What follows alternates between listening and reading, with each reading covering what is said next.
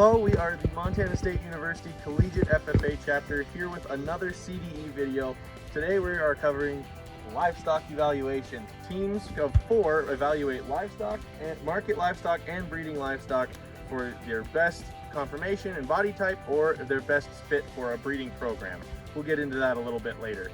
These would be counted as your market steers, and we just go into a little bit more detail, and I'll tell you what you need to look for in order to have a successful contest. Within the livestock contest, you'll have 3 different components. You'll have a written exam that you'll do first. You'll have a few judging classes where you go up and actually do your livestock judging skills, and you'll have at least 1 or 2 reasons classes based on your judging classes from before. So, what's the whole point of livestock judging as a contest? That would be judging the livestock. Now, you're not just going to be judging cows. You could see goats, pigs, sheep, you name it at your contest. I've even seen a chicken before at a livestock judging contest. So, as a general rule, you're either going to be judging market animals or breeding animals. And although this is incredibly basic, there's so many more resources that you can go look at for this. Your market animals, you're going to be looking for boxy frames, you're going to be looking for fat, you're going to be looking for meat quality. And then on the other side of that, when you're looking at your breeding animals, you're mainly looking for capacity and structural soundness. When you get up to a class, you're going to be with a group of other FFA and 4-H members, but you can't say anything. Do not talk, otherwise you're going to get kicked out of the contest. You're going to have your notepad with you, and when you approach the class, there's going to be 4 animals in the pen. These 4 animals are going to be labeled in some way, 1, 2, 3, and 4. This could be on their ear tag, this could be with marker on their sides. They will be labeled in some way, shape, or form. You're going to judge the class with your first placing being the best animal and the last placing being the worst animal of the class.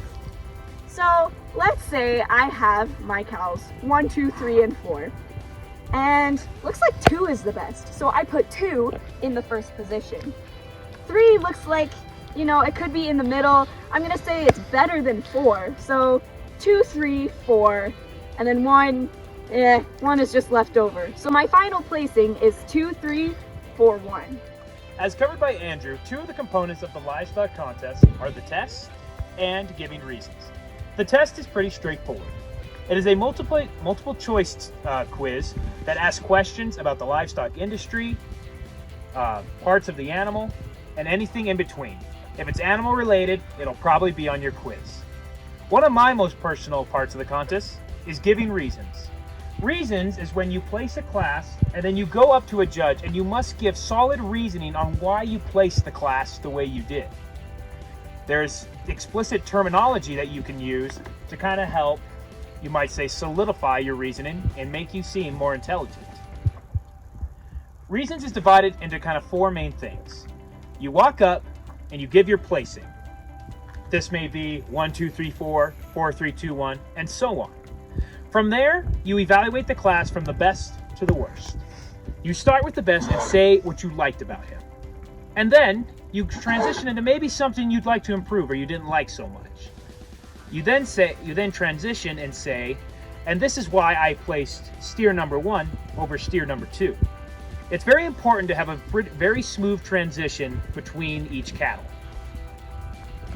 You then continue that process of saying something good and then something maybe you'd like to improve and maybe a reason of why a certain cow was placed above another one. And you do that for all 4. You then end the class, of course, with the one you placed on the bottom. Typically the one on the bottom you will have the most negatives about. That's why they're there at the bottoms of your reasons class. However, you should always mention something nice about the cow because they have feelings too, you know. And that is how you give reasons and a test. Now do a mock set of reasons for you. Good afternoon, sir. I placed the market steers 1, 2, 3, 4. I chose to lead with the number 1 steer as he was the definite powerhouse of the class.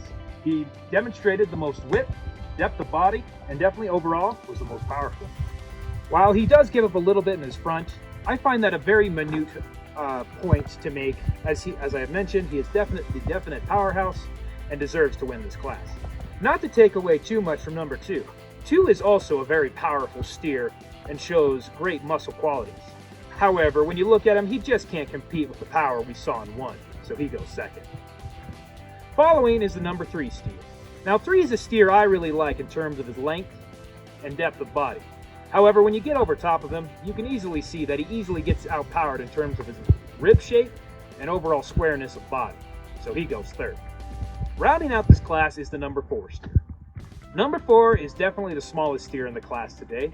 4 demonstrates very little width of body. He easily gets outpowered by the other steers in his class, and I definitely think that we want to see him on a couple more days of feed before we send him to the rack.